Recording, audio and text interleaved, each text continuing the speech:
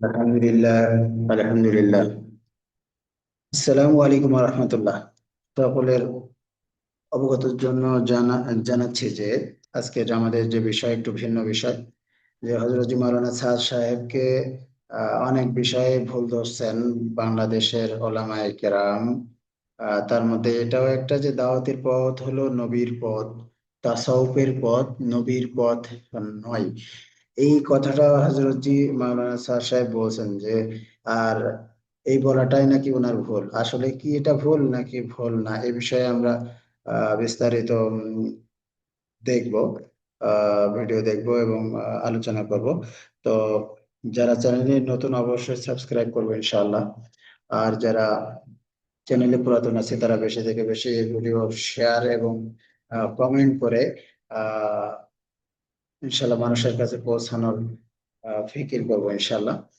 তো আমরা শুরু করছি যে এখানে অভিযোগকারীর ভাষায় মাওলানা স্যার সাহেবের বলা হচ্ছে দাওয়াতের পথ হলো নবীর পথ, তাসাউফের পথ নবীর পথ না, এই কথা উনি বলছেন। তফসিল প্রিয় পাঠক, এই জাতীয় কথা এই সিলসিলার আমিরগণ মাওলানা ইলিয়াস রহমতুল্লাহ আলাইহি থেকে শুরু করে আকাবির হজরত সকলেই বলে গেছেন, দাওয়াতি নবীর পথ। এই এক মেহনতের দ্বারাই উম্মতের গোটা জিন্দেগির আমূল পরিবর্তন ঘটেছিল, ঘটেছে এবং ঘটবে। অন্যান্য পদ্ধতিগুলো জায়েজ এবং নবী ও সাহাবাদের জামানার পরে সময়ের প্রেক্ষিতে তৈরি হয়েছে। মোহতারাম মাওলানা এরকম কথা বলে কোনো ভুল করেননি, বরং আকাবির হযরতগণের কথা নকল করেছেন মাত্র। ফকিহুল উম্মত হযরত মাওলানা মুফতি মাহমুদ হাসান রহমতুল্লাহ আলাইহি লিখেছেন, সব নবীকে, বিশেষ করে আমাদের নবী মুহাম্মদ সাল্লাল্লাহু আলাইহি সাল্লামকে আল্লাহ তাআলা শিক্ষক হিসেবে পাঠিয়েছেন। আর দ্বীন শেখা ও শেখানোর দায়িত্ব সবাইকে দেওয়া হয়েছে। শিক্ষা ও শেখানোর তরিকা বিভিন্ন রকমের রয়েছে। প্রথম জামানায় না আজকালের মতো মাদ্রাসা ছিল, প্রথম জামানায় না আজকালের মতো মাদ্রাসা ছিল, না খানকা ছিল, না কিতাবাদি রচনার ধারা ছিল, না ওয়াজ নসিহতের মাহফিল ছিল, না বিভিন্ন সংগঠনের বানানো দস্তুর ছিল। সাধারণত মুখে মুখে শিক্ষা শেখানোর আমল ছিল। পরবর্তীতে হাদিস জমা করা ও শিক্ষার প্রচলন ঘটেছে এবং এর দ্বারা দিন শেখানো হয়েছে। মাদ্রাসা কায়েম করা হয়েছে এবং এর দ্বারা দিন শেখানো হয়েছে। এসব তরিকাগুলো জায়েজ ও উপকারীও। প্রথম প্রথম দিন শেখা ও শেখানোর যে তরিকা ছিল সেটা কিতাব ছাড়াই ছিল। প্রত্যেক জামানাতেই কিতাব ছাড়া দিন শেখানোর দস্তুর বাকি ছিল।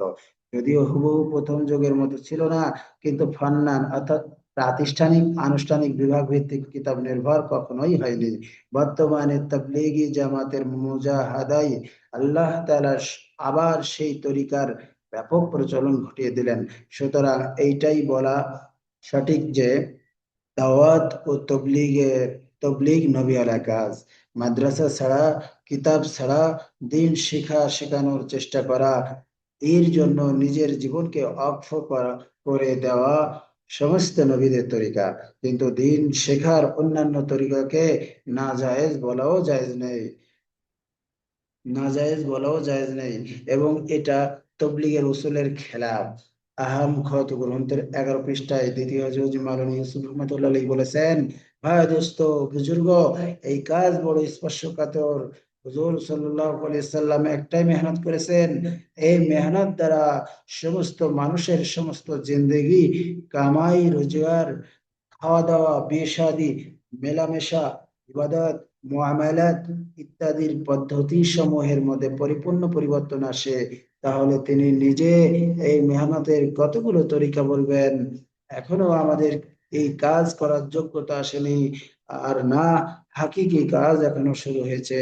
কাজ ওই দিন শুরু হবে যখন ঈমান ও ইয়াকিন, আল্লাহর মহব্বত, আল্লাহ তাআলার ধ্যান, আখিরাতের ফিকির, আল্লাহর ভয় ভীতি,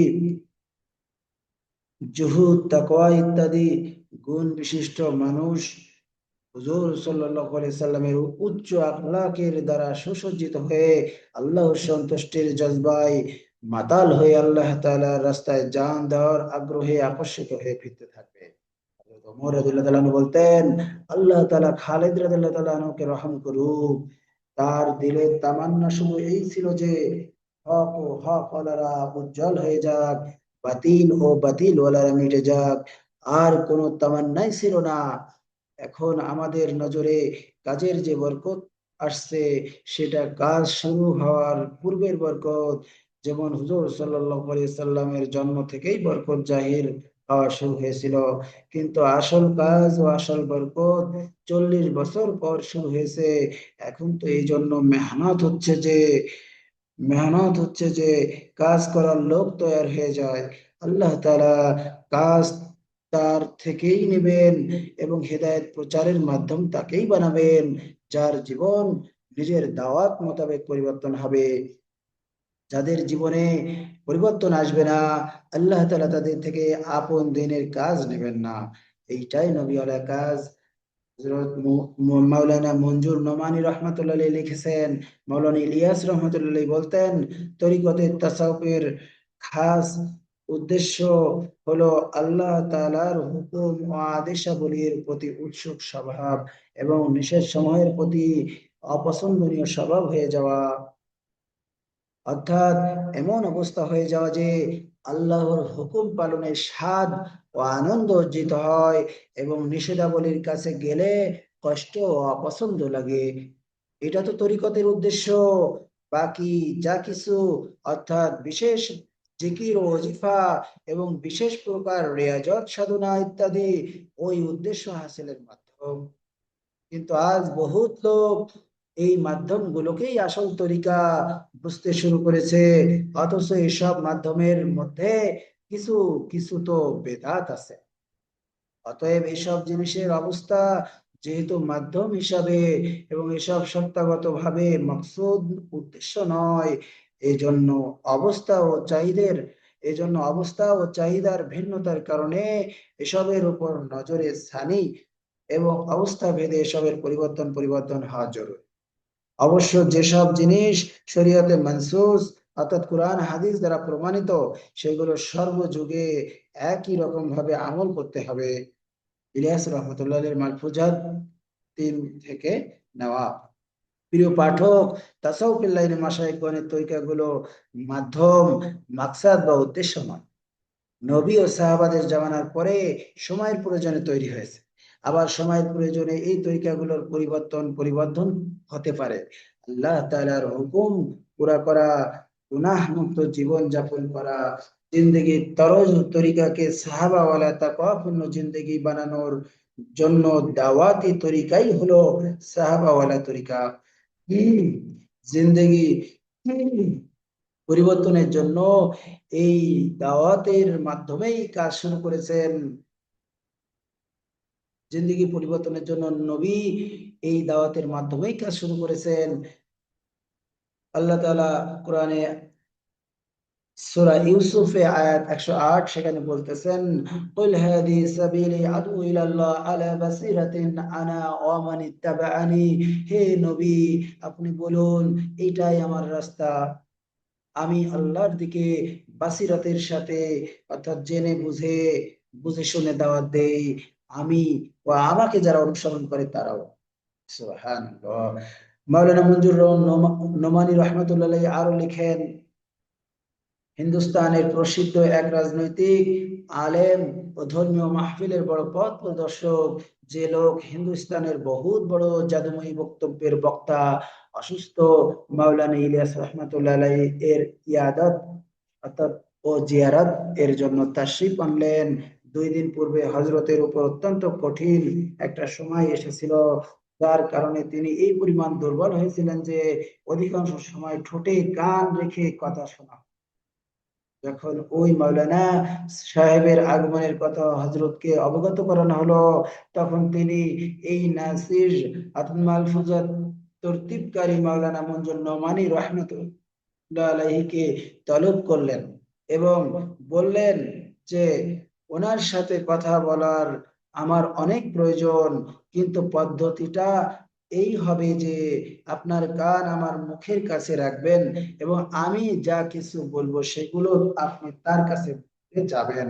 অতঃপর এই ওই মাওলানা সাহেব যখন ভিতরে আস তাশরিফ আনলেন, তখন তো হজরত কথা শুরু আমার মাধ্যমেই করলেন। কিন্তু 2-3 মিনিটের পরেই আল্লাহ তাআলা হজরতকে এত শক্তি দান করলেন যে প্রায় আধা ঘন্টা পর্যন্ত ধারাবাহিক তাকরীর করতে রইলেন। ওই মজলিসের যে ইরশাদাত গুলো লেখা হয়েছিল সেগুলো নিচে লেখা হলো। হযরত মাওলানা ইলিয়াস রাহমাতুল্লাহ আলাইহি বললেন, মুসলমান মুসলমানের সাথে মুলাকাত করা, ব্যাস, এটা ইসলামের উন্নতির লক্ষ্যেই হয়। নতুবা মুসলমানদের মুলাকাত গুলো ও মুসলমানদের মুলাকাত গুলোর মধ্যে কি পার্থক্য? আপনি এখানে কিছুদিন থেকে আমাদের কাজের মুতালাহ পর্যবেক্ষণ করুন। এছাড়া আমাদের কথা বুঝতে পারা, আমাদের মাকসাদকে পেয়ে যাওয়া মুশকিল। আসল কথা হলো মোহাম্মদী সম্পর্কগুলো মুর্দা হয়ে গেছে, যেটাকে জিন্দা করতে হবে। এবং ব্যাস, এরই চেষ্টায় মরে থাকতে হবে। আমি প্রথমে মাদ্রাসায় পড়িয়েছি, অর্থাৎ মাদ্রাসার দরস দিয়েছি। তো তোলাবাদের ভিড় লেগে গেল, ভালো ভালো যোগ্যতা সম্পন্ন ছাত্ররা খুব বেশি আসতে লাগলো। আমি ভাবলাম যে ওদের সাথে আমার মেহনতের ফলাফল এই ছাড়া আর কি হবে, যে যে লোক আলেম হওয়ার জন্যই মাদ্রাসায় আসবে, আমার কাছ থেকে পড়ার পর তারা আলেম মৌলবী হয়ে যাবে। এবং পরে তাদের কর্মব্যস্ততাও ওটাই হবে যে যেটা আজকাল আমভাবে গ্রহণ করা হয়ে থাকে। কেউ হেকেমি বিদ্যা পড়ে চেম্বার ডিসপেন্সারি দিবে, কেউ ভার্সিটির পরীক্ষা দিয়ে স্কুল কলেজে চাকরি করবে, কেউ মাদ্রাসায় বসে পড়তে পড়াতে থাকবে। এর চাইতে বেশি আর কিছু হবে না। এই ভেবে মাদ্রাসায় পড়ানো আমার থেকে আমার মন উঠে গেছে। এরপর একটা সময় আসলো যখন আমার হযরত আমাকে ইজাজত দিয়েছিলেন, তখন আমি তালেবদের মুরিদদের, অর্থাৎ মুরিদদের জিকিরের তালকিন শুরু করি। এদিকে আমার তাওয়াজ্জুহ বেশি হতে লাগলো। আল্লাহ করেন আগমনকারীদের উপর এত তাড়াতাড়ি কাইফিয়াত ও আহওয়াল এর প্রকাশ হতে শুরু হতে লাগলো, এবং এত দ্রুত হালাত এর মধ্যে তারাক্কি হচ্ছে যে স্বয়ং আমি পরেশান হয়ে গেলাম। আমি ভাবতে লাগলাম যে এ কি হচ্ছে, এবং এ কাজে লেগে থাকার ফলাফল কি বের হবে। বেশির চেয়ে বেশি এই হবে যে আহওয়াল ওয়ালা এবং জাকের সাগেল কিছু লোক তৈরি হয়ে যাবে। পরে লোকদের মধ্যে তাদের প্রসিদ্ধি হয়ে যাবে। তখন কেউ মামলায় জেতার দোয়ার জন্য আসবে, কেউ আওলাদের জন্য তাবিজের দরখাস্ত করবে, কেউ ব্যবসা ও কারবারে উন্নতির দোয়া করাবে। এবং বেশির চেয়ে বেশি তাদের দ্বারাও কিছু তালেবদের, অর্থাৎ মুরিদদের মধ্যে জিকির তালকিনের ধারা সামনে চলবে। এই ভেবে এদিক থেকেও আমার মনোযোগ সরে যায়। এবং আমি এই সিদ্ধান্ত করলাম যে আল্লাহ তাআলা প্রকাশ্য অপ্রকাশ্য যে শক্তি দান করেছেন তা খরচ করার সহি ক্ষেত্র হলো এগুলো ও এই ওই এগুলোকে ওই কাজে লাগাতে হবে যে কাজে হুজুর সাল্লাল্লাহু আলাইহি ওয়াসাল্লাম আপন শক্তি সমূহ খরচ করেছেন। ওই কাজ হলো আল্লাহ তাআলার বান্দাদেরকে এবং খাস করে গাফেল বেতলব লোকদেরকে আল্লাহ তাআলার দিকে নিয়ে যাওয়া, এবং আল্লাহ তাআলার কথাগুলোকে উন্নত করার জন্য জানকে মূল্যহীন করার রেওয়াজ দেওয়া। ব্যাস, এটি আমাদের আন্দোলন। এবং এটাই আমরা সবাইকে বলি, এই কাজ যদি হতে থাকে তাহলে এখনের চাইতে হাজার হাজার গুণ বেশি মাদ্রাসা এবং হাজার হাজার গুণ বেশি খানকা কায়েম হয়ে যাবে। সুবহানাল্লাহ। বরং প্রতিটি মুসলমান নিজেই মাদ্রাসা ও খানকা হয়ে যাবে, এবং হুজুর সাল্লাল্লাহু আলাইহি সাল্লামের আনিত নিয়ামত ওই অনুমি আন্দাজে বন্টন হতে থাকবে। যেইভাবে বন্টিত হওয়ায় ওই নিয়ামতের শান হযরত মাওলানা, হযরত আল্লাহ তাআলা আপনাকে একটি শক্তি দিয়েছেন, আর এর দ্বারা আমার উদ্দেশ্য বয়ান ও বক্তব্যের শক্তি নয়, আমার উদ্দেশ্য আপনি একটি জামাতের বড় ও অনুসরণীয় ব্যক্তি। হাজার হাজার মানুষ আপনার কথা মানে, আপনি তাদেরকে বলুন যে তারা আমাদের সাথীদের সাথে কিছুদিন থেকে আমাদের এই কাজকে বুঝুক, শিখুক এবং পরে নিজেদের হালকা এই কাজ, এর দ্বারা ইনশাল্লাহ তারা বহুত কাজের মানুষ হয়ে যাবে। হযরত, ইমানের দুটি বাহু, এক হলো আল্লাহ ও রাসূলুল্লাহ সাল্লাল্লাহু আলাইহি ওয়াসাল্লামের দুশমনের প্রতি কঠোরতা, দুই, আল্লাহ ও রাসূলুল্লাহ সাল্লাল্লাহু আলাইহি ওয়াসাল্লামের মান রাসূলুল্লাহ সাল্লাল্লাহু আলাইহি ওয়াসাল্লামকে মান্যকারী ও মুহাব্বতকারীদের প্রতি স্নেহ মমতা। ইমানদারদের উন্নতির জন্য এই দুই বাহুর খুবই দরকার। এক বাহুর দ্বারা কোনো জানোয়ারকে এক বাহুর দ্বারা কোনো জানোয়ার ও উড়তে পারে না। মাওলানা মঞ্জুর নোমানী রহমতুল্লাহ লেখেন, ওই মাওলানা সাহেব যিনি হজরতের সাথে ভক্তি শ্রদ্ধা ও পূর্ণ আকিদতের সম্পর্ক রাখতেন, তিনি হজরতের ইরশাদাত দিক নির্দেশনামূলক নসিহতগুলো শুনে বললেন, যৌবনকাল ও শক্তির পুরা জামানা তো অন্য কাজে খরচ হয়ে গেছে, সে সময় কোনো বুজুর্গ টেনে নেননি, এখন আমি বুড়ো হয়ে গেছি, কোনো নতুন কাজের হিম্মতও নাই, শক্তিও বাকি নাই, এখন আপনি আমার থেকে আপনার কাজ নিতে চাচ্ছেন, এখন আর আমি কোনো কাজের রই নাই। আল্লাহু আকবার। তখন মাওলানা ইলিয়াস রহমতুল্লাহ আলাইহি বললেন, যদি বাস্তবে আপনি প্রথমে বুঝে নেন যে আপনার মধ্যে কিছু শক্তি ও কুওত আছে এবং আপনি কিছু করতে পারবেন, তখন ওই সময় আপনি আল্লাহর কাজের উপযুক্ত ছিলেন না। যদি এখন আপনার একিন হয়ে যায় যে আপনার মধ্যে কোনো শক্তি ও কুওত নেই এবং আপনি কোনো কিছু করতে পারবেন না, তাহলেই এখন আপনি আল্লাহর কাজের উপযুক্ত হয়েছেন। আল্লাহ তাআলার কাজ করা এবং তার সাহায্যের উপযুক্ত হওয়ার শর্ত সময়ের মধ্যে এইটাও একটা যে মানুষ নিজে নিজেকে মানুষ নিজে নিজেকে একেবারে অক্ষম, একেবারে দুর্বল মনে করবে এবং আল্লাহ তাআলাকে করনেওয়ালা জাত একিন করবে, এছাড়া আল্লাহ তাআলার সাহায্য হবে না। সুবহানাল্লাহ। হাদিসে কুদসিতে আছে, আমি ওদের সাথে থাকি যাদের অন্তর ভাঙা থাকে। মাওলানা আবুল হাসান আলী মিয়া নদভী রহমতুল্লাহ আলাইহি তিনি দাওয়াত গ্রন্থে উল্লেখ করেছেন, এই হযরত ছিলেন মাওলানা শাহ আতাউল্লাহ বুখারী রহমতুল্লাহ আলাইহি। প্রিয় পাঠক, একটু ভেবে দেখুন, আমাদের আকাবিরদের বড় এক আলেম শাহ আতাউল্লাহ বুখারী রহমতুল্লাহ আলাইহিকে লক্ষ্য করে মাওলানা ইলিয়াস রহমতুল্লাহ আলাইহি কত শক্ত কথা বলেছেন। আল্লাহু আকবার। মাদ্রাসায় পড়ানো থেকে আমার মন উঠে গেছে, তাসাউফের লাইন পীর মুরিদি থেকে আমার মনোযোগ সরে গেছে। নবী সাল্লাল্লাহু আলাইহি সাল্লাম যে কাজে জীবনের যাবতীয় শক্তি খরচ করেছেন, আমি আমার যাবতীয় শক্তি ওই কাজে খরচ করব। এদিকে শাহ আতাউল্লাহ বুখারী রাহমাতুল্লাহ আলাইহি এর বিনয় দেখুন, মালফুজটি আবার পড়ুন। তিনি কাজের জন্য তৈরি, কিন্তু শেষকালে নিজেকে কাজের অযোগ্য ভাবছেন, জীবন যৌবন অন্য লাইনে খরচ হওয়ায় আক্ষেপ করছেন। এরকমই ছিলেন আমাদের আকাবির হযরতগণ। হযরত মাওলানা মুফতি শাহ শফি রহমতুল্লাহ আলাইহি, হযরত আনোয়ার শাহ কাশ্মীরি রহমতুল্লাহ আলাইহি এর একটি অতি গুরুত্বপূর্ণ ঘটনা বর্ণনা করেছেন, যা নিম্নে উল্লেখ করা হলো। একটি গুরুত্বপূর্ণ ঘটনা আপনাদেরকে আমি শোনাচ্ছি। একদিকে এটা যেমন গুরুত্বপূর্ণ, অন্যদিকে শিক্ষণীয় বটে। কাদিয়ান নামক জায়গায় প্রতি বছরই জলসা হতো।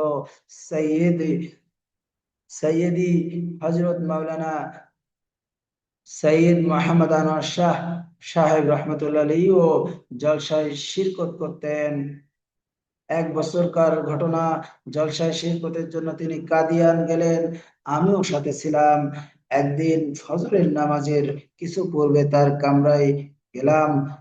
কামরায় কিছুটা অন্ধকার বিরাজ করছিল। কামরায় ঢুকতেই দেখি হযরত স্বীয় মাথা ধরে অত্যন্ত বিষণ্ণ অবস্থায় বসে আছেন। আমি বললাম, হযরত কি অবস্থা, তবিয়ত ভালো তো? তিনি বললেন, হ্যাঁ তবিয়ত তো ভালো, কিন্তু অবস্থার কথা তুমি কি জিজ্ঞাসা করছো? জীবন তো ধ্বংস, বরবাদ করে দিয়েছি। আমি বললাম, হজরত সারা জীবন ইলমের খেদমতে, দিন প্রচারের কাজে হয়েছে। হাজার হাজার সাগরিদ আপনার রয়েছে, যারা বড় বড় প্রসিদ্ধ আলেম। আপনার জীবন বরবাদ হলে এমন জীবন কার আছে যা কাজে লেগেছে? তিনি বললেন, আমি তোমাকে সত্য বলছি, জীবন বরবাদ করে দিয়েছি। আমি বললাম, হজরত আসল ঘটনা কি? তিনি বললেন, আমাদের জীবন, আমাদের তাকরির, লেকচার, আমাদের তদন্ত অনুসন্ধান ইত্যাদির উদ্দেশ্য ছিল এই যে অন্যান্য মাযহাবের উপর হানাফি মাযহাবকে প্রাধান্য দিতে হবে, ইমাম আবু হানিফা রাহমাতুল্লাহ আলাইহি এর দলিল অনুসন্ধান করতে হবে। এ ছিল আমাদের সব চেষ্টা কোশেশ, লেকচার এবং ইলমি জীবনের মেরুদণ্ড। এখন চিন্তা করে দেখি যে কি কাজে জীবন বরবাদ করলাম। ইমাম আবু হানিফা রাহমাতুল্লাহ আলাইহি কি আমাদের মুখাপেক্ষী ছিলেন যে আমরা তার মাযহাবকে অন্য মাযহাবের উপর প্রাধান্য দিয়ে তার উপর ইহসান করলাম? আল্লাহ পাক তাকে যে যে মাকাম দিয়েছেন, আল্লাহ পাক তাকে যে মাকাম মর্যাদা দিয়েছেন, এর দ্বারাই তো তিনি অন্যান্যদের থেকে স্বীয় দাবির স্বীকৃতি নিয়ে নেবেন। তিনি তো আমাদের মোহতাজ নন। আর ইমাম শাফি রহমতুল্লাহ আলাইহি, ইমাম মালিক রহমতুল্লাহ আলাইহি, ইমাম আহমদ ইবনে হাম্বল রহমতুল্লাহ আলাইহি সহ সহ অন্যান্য মাযহাবের ইমাম, যাদের মাযহাবের উপর আমরা হানাফি মাযহাবকে প্রাধান্য দিয়ে থাকি, এর দ্বারা আমাদের কি হাসিল হয়েছে? এর চেয়ে বেশি তো আর কিছুই হাসিল হয়নি যে আমরা আমাদের মাযহাবকে সঠিক কিন্তু ভুল হওয়ার সম্ভাবনা আছে প্রমাণ করতে পেরেছি। অন্যান্য মাযহাবকে ভুল কিন্তু সঠিক হওয়ার সম্ভাবনা রয়েছে প্রমাণ করেছি। এর চেয়ে তো বেশি কিছু করতে পারেনি। আমাদের আলোচনা, তর্ক বিতর্ক, সন্ধান অনুসন্ধান, সূক্ষ্ম চিন্তা, সূক্ষ্ম দর্শিতা, এসব কিছুর যোগফল শুধুমাত্র এতটুকুই। অতঃপর বললেন, আরে মিয়া, কোন মাযহাব ঠিক ছিল আর কোন মাযহাব বেঠিক ছিল, এই তো এই রহস্য তো হাসরের ময়দানেও উন্মোচিত হবে না। আর দুনিয়ায় তো উন্মোচনের প্রশ্নই ওঠে না। দুনিয়াতে এত সব অনুসন্ধানের পর আমরা শুধু এতটুকুই বলতে পেরেছি যে এটা সঠিক কিংবা ওটা সঠিক, কিন্তু তার পাশাপাশি এই সম্ভাবনাও বিদ্যমান ছিল যে এটা ভুল, ওইটাও ভুল। এই ভুলের সম্ভাবনার সাথেই আমরা সঠিক হওয়ার সিদ্ধান্ত দিয়েছি। এই হলো দুনিয়ার অবস্থা। কবরেও মুনকার নাকির এই কথা জিজ্ঞেস করবে না যে রফে আদিন করা হক ছিল নাকি না করা হক ছিল, আমিন জোরে বলা কি হক ছিল না আস্তে বলা হক ছিল। এসব প্রশ্নের উত্তর কবরেও দিতে হবে না, বরজাকেও দিতে হবে না। আল্লাহ পাক ইমাম আবু হানিফা রহমতুল্লাহ আলাইহিকেও অপমান করবেন না, শফি রহমতুল্লাহ আলাইহিকেও অপমান করবেন না। তেমনি ভাবে ইমাম মালিক রহমতুল্লাহ আলাইহি, ইমাম আহমদ ইবনে হাম্বল রহমতুল্লাহ আলাইহি সহ অন্যান্য কোন ইমামদেরকেই আল্লাহ পাক অপমান করবেন না, যাদেরকে আল্লাহ পাক দ্বীনি ইলমের পুরস্কার দ্বারা পুরস্কৃত হওয়ার তৌফিক দিয়েছেন, হেদায়েতের নূর যারা চতুর্দিকে ছড়িয়েছেন, সুন্নাতের আলো প্রচারের কাজে যারা সারা জীবন ব্যয় করেছেন, তাদেরকে আল্লাহ পাক অপমান করবেন না? অবশ্যই না। তাদের কাউকেই হাসরের ময়দানে দাঁড় করে এই প্রশ্ন করা হবে না যে আবু হানিফা ঠিক বলেছেন না শফি রহমতুল্লাহ আলাইহি। তো তার পিছে পড়ে আমরা আমাদের জীবন ও জীবনী শক্তি শেষ করে দিচ্ছি। আর যেটা ইসলামের আসল ও দাওয়াত, যার গুরুত্বের ব্যাপারে সমস্ত উম্মত একমত, যে দাওয়াত নিয়ে আম্বিয়া কিরাম আগমন করেছিলেন, যে দাওয়াতকে ব্যাপক থেকে ব্যাপকতর করার নির্দেশ আমাদেরকে দেওয়া হয়েছে, এবং ওই সমস্ত অসৎ কাজ যা মেটানোর জন্য সর্বাত্মক চেষ্টা করা আমাদের জন্য অপরিহার্য করে দেওয়া হয়েছে, সে দাওয়াত আজ বন্ধ হয়ে যাচ্ছে, এবং এর গুরুত্ব আজ আমাদের মানুষের নজর থেকে উধাও হয়ে যাচ্ছে। সবাই মিলে এই দাওয়াতের চেহারা, এর বিকৃতি ঘটানো হচ্ছে। যে সমস্ত অসৎ কাজের গতিরোধ করা দরকার ছিল তা আজ দ্রুত গতিতে প্রবাহিত হচ্ছে। মানুষের মধ্যে গুমরাহি ধেয়ে আসছে, ধর্মান্তরের ঘটনা ঘটে চলেছে, শিরিক ও মূর্তি পূজার প্রবণতা বেড়েই চলেছে, হালাল হারামের পার্থক্য বিদায় নিচ্ছে। অথচ আমরা বসে আছি ওই শাখাগত অপ্রয়োজনীয় বিষয়াদি নিয়ে। হযরত শাহ সাহেব বলেন, এজন্যই চিন্তিত অবস্থায় বসে আছি আর ভাবছি জীবন তো বরবাদ করে দিয়েছে। হুদুদে ইখতিলাফ মূল মূল হচ্ছে ফকিহুল উম্মত মুফতি মাহমুদ হাসান গঙ্গুই রহমতুল্লাহ সংকলক, মুফতি মাহমুদ ফারুক মারাঠি অনুবাদক, মাওলানা আলমগীর হুসাইন, পৃষ্ঠা 88 থেকে 91। আমাদের আকাবির হযরতগণ বড় ভালো মানুষ ছিলেন, আমাদের আকাবির হযরতগণ বড় ভালো মানুষ ছিলেন। শাইখুল হাদিস মাওলানা জাকারিয়া রহমতুল্লাহ আলাইহি, মাওলানা মঞ্জুর নুমানি রহমতুল্লাহ আলাইহি, মাওলানা সৈয়দ আবুল হাসান আলী মিয়া নদভী রহমতুল্লাহ আলাইহি, মাওলানা জাফর আহমেদ উসমানী রহমতুল্লাহ আলাইহি, মাওলানা সৈয়দ সুলাইমান নদভী রহমতুল্লাহ আলাইহি, দারুল উলুম দেওবন্দের মুহতামিম কারি তোয়েব সাহেব রহমতুল্লাহ আলাইহি, মুফতি মাহমুদ গঙ্গুই রহমতুল্লাহ আলাইহি, মাওলানা মুফতি কিফায়াতুল্লাহ রহমতুল্লাহ আলাইহি, মাওলানা হুসাইন আহমদ মাদানী রহমতুল্লাহ আলাইহি, মাওলানা আব্দুল কাদের রায়পুরি রহমতুল্লাহ আলাইহি, মাওলানা আশরাফ আলী থানভী রহমতুল্লাহ আলাইহি, মাওলানা মুফতি শফি রহমতুল্লাহ আলাইহি প্রমুখ আমাদের আকাবির হযরতগণ এই কাজে মাওলানা ইলিয়াস রহমতুল্লাহ আলাইহিকে অনেক সহযোগিতা করেছেন। ওনারা মাওলানাকে বোঝার চেষ্টা করতেন। আল্লাহ, হে আল্লাহ সকলকে তৌফিক দান করো।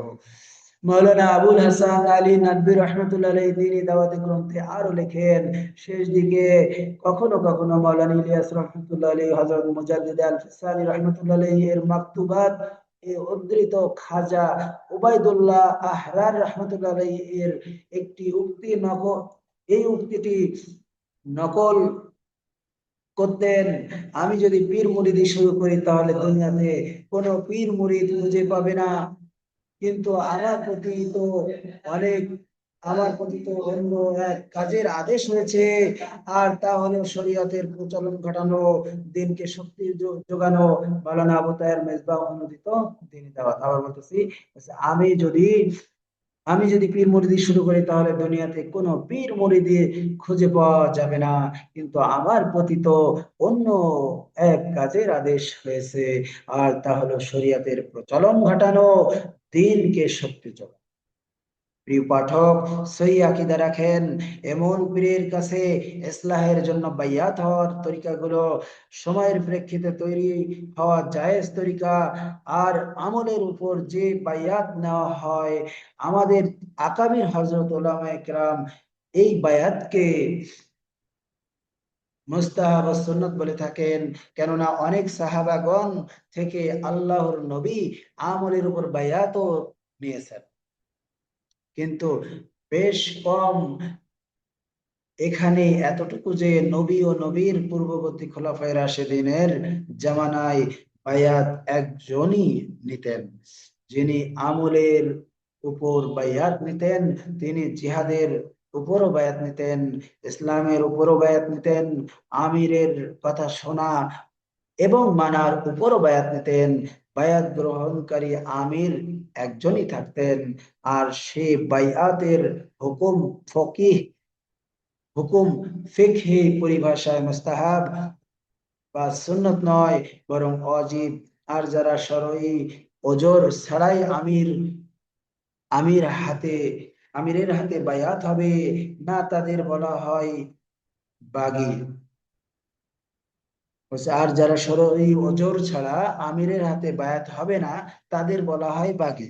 তাবলীগের আমিরগণ সাহাবা ওয়ালা সেই বায়াত আম ভাবে জিন্দা করার ফিকির ও মেহনত করছেন। কেননা উমুমি ইসলামের জন্য, ইনফরাদি জিন্দেগির আমূল পরিবর্তনের জন্য, বিশ্বময় বিপ্লব ঘটানোর জন্য, নবী ও সাহাবাওয়ালা জামানার আদর্শ আবার ফিরিয়ে আনার জন্য, নবী ও সাহাবাওয়ালা তরিকা অর্থাৎ সেই পুরানো দাওয়াতি তরিকা ছাড়া সম্ভব নয়।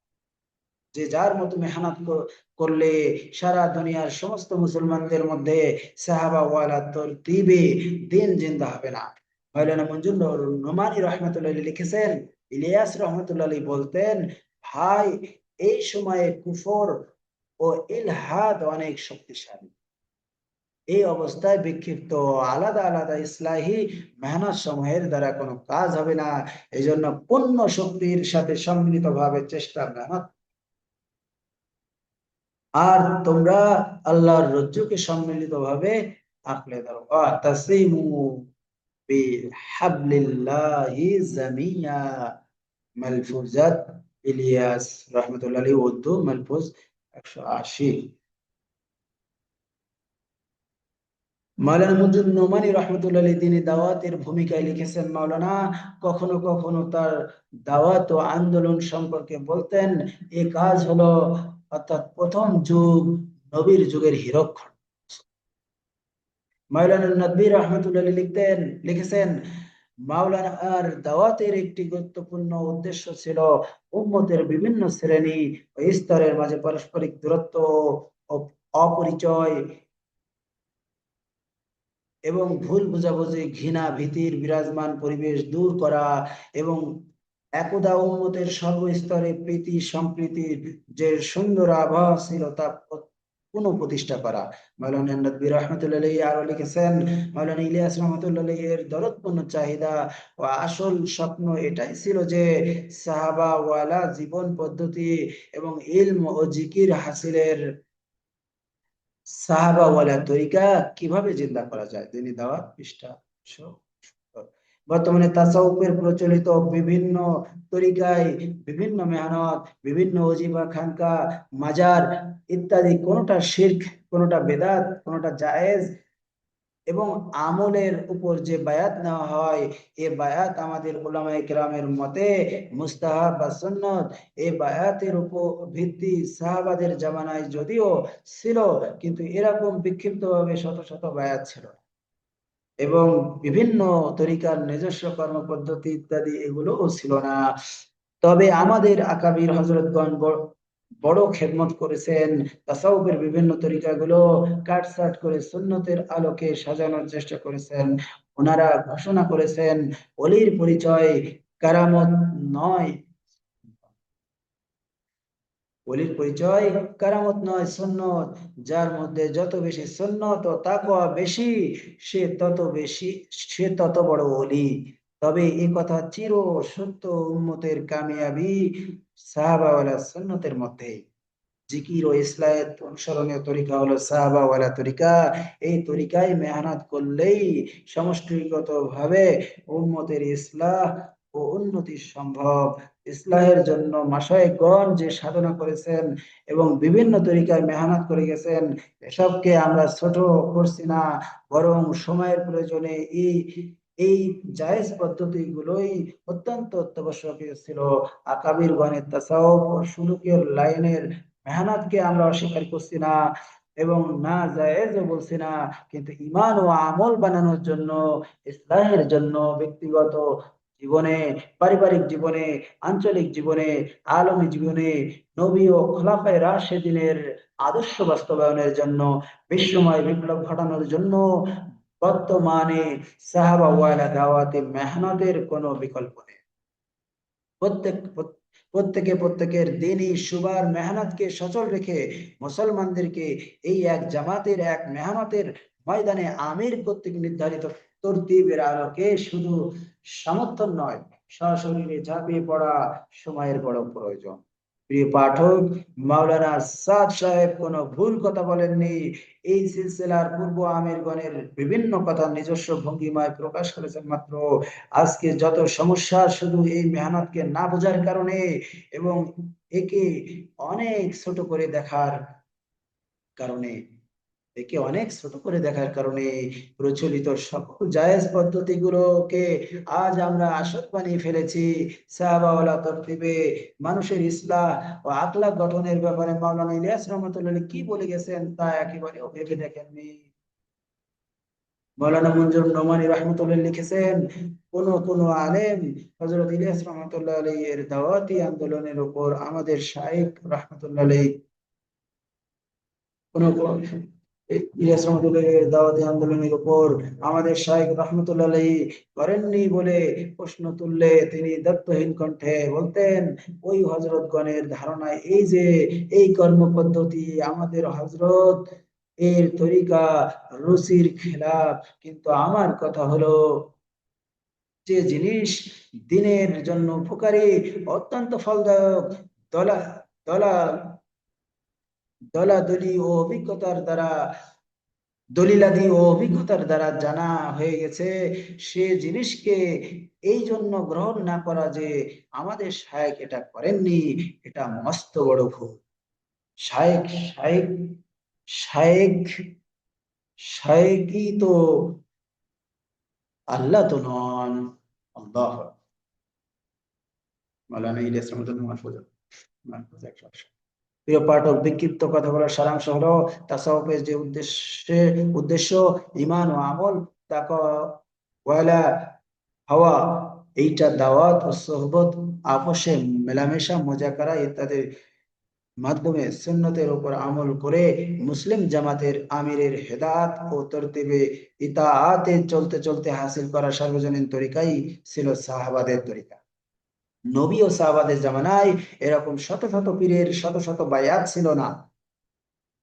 সাহাবা পরবর্তী সময়ে ইলম ও ফিকহ, হাদিস, ইসলাহ সব একসাথে হাসিল হতো। তার পরবর্তী সময়ে আস্তে আস্তে ইসলামের বাতিনের জন্য আলাদা আলাদা তবকা মশহুর হয়ে যায়, যাদেরকে সুফি বলা হয়। সুফিগণ যে যার মতো ইসলামের ফিকির করতে করতে এইভাবে জামানার পর জামানা চলে যায়।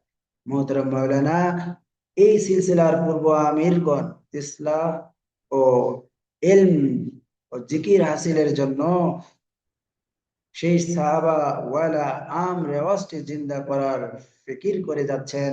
মাওলানা যা বলেছেন ঠিকই বলেছেন। আমরা শুধু বলতে চাই, আগে এই দাওয়াত ও তাবলীগকে বুঝুন। মালফুজাত মাওলানা ইলিয়াস রহমতুল্লাহ আলাইহি ও দ্বীনি দাওয়াত কিতাব দুটি দু তিনবার গভীরভাবে অধ্যয়ন করুন এবং এই মেহনতের মার্কাজ নিজামুদ্দিনের সোহবত গ্রহণ করুন। আশা করি আপনাদের সন্দেহ দূর হয়ে যাবে ইনশাআল্লাহ। অভিযোগকারীর মন্তব্য, নিশ্চয়ই দাওয়াত নবীর পথ, তবে তেলাওয়াতে কোরআন, তালিমের কিতাব ও সুন্নাহ এবং তাজকিয়ায় ও নবীর পথ। কোরআন শরীফে ইরশাদ হচ্ছে, এখানে একটা কোরআন আয়াত দিচ্ছে যে স্যার সাহেব নবীওয়ালা এক পদকে স্বীকার করে বাকি তিন পদকে অস্বীকার করে কোরআন মাজিদের উল্লেখিত 4টি আয়াতকে অস্বীকার করলেন। মন্তব্যের জবাব দেওয়া হচ্ছে, হক তালাশকারী আহলে ইলম পাঠকদের বলছি, কোরআনের এই 4টি আয়াতের তাফসির বিশ্বব্যাপী গ্রহণযোগ্য বিখ্যাত তাফসিরের কিতাব থেকে দেখে নিন। তাফসিরে তাবারি, তাফসিরে বাগাবি, তাফসিরে কুরতুবি, তাফসিরে বাইজাবি, তাফসিরে ফখরুদ্দিন রাজি, তাফসিরে দুররে মনসুর, তাফসিরে ইবনে কাসির, তাফসিরে রুহুল মাআনি, ফাথুল কাদির, আহকামুল কুরআন ইত্যাদি কিতাবগুলো অধ্যয়ন করে ভেবে দেখুন, কত নিকৃষ্টতম মন্তব্য করলেন অভিযোগকারী। নাকি অযোগ্য ছাত্রদের এক জামাতকে ব্যবহার করেছেন আর নিজের নামে ছাপিয়ে দিয়েছেন। বিস্তারিত আলোচনার করার সুযোগ নেই। আমরা উল্লেখিত তাফসির কিতাবগুলো আলোকে 4টি আয়াতের তাফসির এখানে সংক্ষেপে উল্লেখ করছি। আয়াতগুলো মধ্যে আল্লাহ তাআলা নবী সাল্লাল্লাহু আলাইহি সাল্লাম এর মোটামুটি 3টি কাজ ও দায়িত্বের কথা উল্লেখ করেছেন। 3টা কাজ এখানে দেওয়া হচ্ছে। প্রথম কাজের তাফসির মুফাসসিরগণ উক্তিটি উক্তিতে তাফসিরগণ প্রথম কাজের তাফসির মুফাসসিরগণের উক্তিতে দুটি মত পাওয়া যায়। এক, তিনি কুরআন শরীফের আয়াত তাদের সামনে তেলাওয়াত করতেন। আয়াতের এই স্বয়ং তেলাওয়াতের দ্বারাই তাদেরকে তাওহীদ ও একত্ববাদ তথা আল্লাহর দ্বীনের দিকে দাওয়াত দেওয়া হয়ে যেত। যা যে আয়াত নাজিল হতো সে আয়াত তেলাওয়াত করে আয়াতগুলোকে পৌঁছে দিতেন, যা নাজিল হতো তা উম্মতের কাছে পৌঁছে দিতেন। দ্বিতীয় মত, তিনি আল্লাহ তাআলার আয়াত অর্থাৎ তাওহীদের নিদর্শনাবলী, আল্লাহর কুদরত ও বড়ত্বের কথা তাদের সামনে তুলে ধরতেন। দ্বিতীয় কাজের তাফসিরে মুফাসসিরগণ উল্লেখ করেছেন, তার সংক্ষেপ হলো, নবী সাল্লাল্লাহু আলাইহি সাল্লাম তাদেরকে শিরিক, মূর্তি পূজা, ইসলাম পূর্ব জাহেলি যুগের বদ রসম, পাপ পঙ্কিলতা ও মন্দ স্বভাবগুলো থেকে পূত পবিত্র করতেন এবং তাদের আখলাক সুন্দর করতেন। তৃতীয় কাজের তাফসিরে যা উল্লেখ করেছেন তার খুলাসা হলো, তিনি তাদেরকে কোরআন শরীফ ও তার হুকুম আহকাম, আল্লাহর আদেশ নিষেধ, শরীয়তের তিলাওয়াত, ফাহমে কোরআন, হিকমত, সুন্নত, জীবন যাপনের তরিকা, ফিকহ, ইলম ও আমল ইত্যাদি এসব শেখাতেন। কোরআন সুন্নাহ ইতিহাস সাক্ষী, হুজুর সাল্লাল্লাহু আলাইহি সাল্লাম যথাযথভাবে এই কাজগুলো আঞ্জাম দিয়েছিলেন এবং দাওয়া, নসিহত, জাকারা ইত্যাদির মাধ্যমে তিনি সাহাবাদের বিশাল জামাত তৈরি করেছিলেন। সাহাবাগণ নবীর সোহবত থেকে পরিপূর্ণ ভাবে ঈমান, আমল ও দ্বীনের পূর্ণ বুঝ হাসিল করেছিলেন। এভাবে নবী পরবর্তী খোলাফায়ে রাশিদিনের সাহাবা, খোলাফায়ে রাশিদিন ও সাহাবা নবীর নকশে কদমে চলে একই মেহনত করেছে। এই হলো আয়াতগুলোর তাফসীর। এই আয়াতগুলোর উপরে উপর নববী তরিকা তরিকা তরিকায় দাওয়াত, তালিম ও তাজকিয়ার লাইনে উম্মতের মধ্যে সর্বজনীনভাবে যে জামাত মেহনত করছেন, যে জামাত উম্মতের জাহালাত দূর করে নাজাতের ইলম আমভাবে জিন্দা করার মেহনত করেছেন, যে জামাত দুনিয়ামুখী উম্মতের রূপকে ইসলাহ করে আখিরাতমুখী করেছেন, সে জামাত হলো দাওয়াত ও তাবলীগের জামাত। যারা এবং যে জামাতের লোকেরা আয়াতগুলোর উপর সাহাবাওয়ালা তরিকায় আমভাবে আমল করছেন, তারা নাকি এই আয়াতগুলো অস্বীকার করে। নাউযুবিল্লাহ। অভিযোগকারী যদি সময়ের প্রয়োজনে তৈরি হওয়া দাওয়াত ও ইলম তাজকিয়ার জন্য প্রচলিত প্রাতিষ্ঠানিক রূপকে ধরে নিয়ে এরকম অস্বীকৃতির অভিযোগ করে থাকেন, তাহলে এই অভিযোগ শুধু মুহতারাম মাওলানা সাদ সাহেবের উপর গিয়েই পড়ছে না। এই সিলসিলার পূর্ব আমিরগণ, অসংখ্য মুফাসসিরিন কিরাম, তাবি তাবি সাহাবাগণের উপরও গিয়ে পড়ছে, পড়ে যাচ্ছে। অভিযোগকারী একটু ভেবে চিন্তে মন্তব্য করলে এত বড় ভয়ানক ভুল হয়তো করতেন না। আল্লাহ আমাদের হেফাজত করুন। এখানে আরেকটি গুরুত্বপূর্ণ কথা, নিকট অতীতের কতক হযরতগণ তাদের কিতাবে সময়ের প্রয়োজনে গড়ে ওঠা মক্তব, মাদ্রাসা, খানকা ইত্যাদির শিক্ষা দীক্ষার প্রাতিষ্ঠানিক পদ্ধতিগুলো কি উপরোক্ত আয়াতগুলোর তাফসীরের ব্যাপকতা ঢুকিয়ে দিয়েছেন। এটা ওনাদের জায়েজ কর্ম, জায়েজ তাফসীর। সময়ের প্রয়োজনে প্রশংসনীয় কাজ করেছেন আমাদের আকাবির হযরতগণ, কিন্তু আয়াতগুলোর আসল তাফসীর এবং নবী ও সাহাবা ওয়ালাদ সিরাত সুন্নতের আলোকে তাফসীর তো সেটাই, যেটা প্রাচীন তাফসীরের কিতাবাদির মধ্যে রয়েছে। আমরা আপনাদের কাছে সামান্য কিছু উল্লেখ করলাম, বিস্তারিত ওই তাফসীরের কিতাবগুলোতে গ্রুপগুলোর পাতা উঠিয়ে দেখুন। আল্লাহ তাআলা প্রত্যেককে বোঝার তৌফিক দান করেন। আমিন।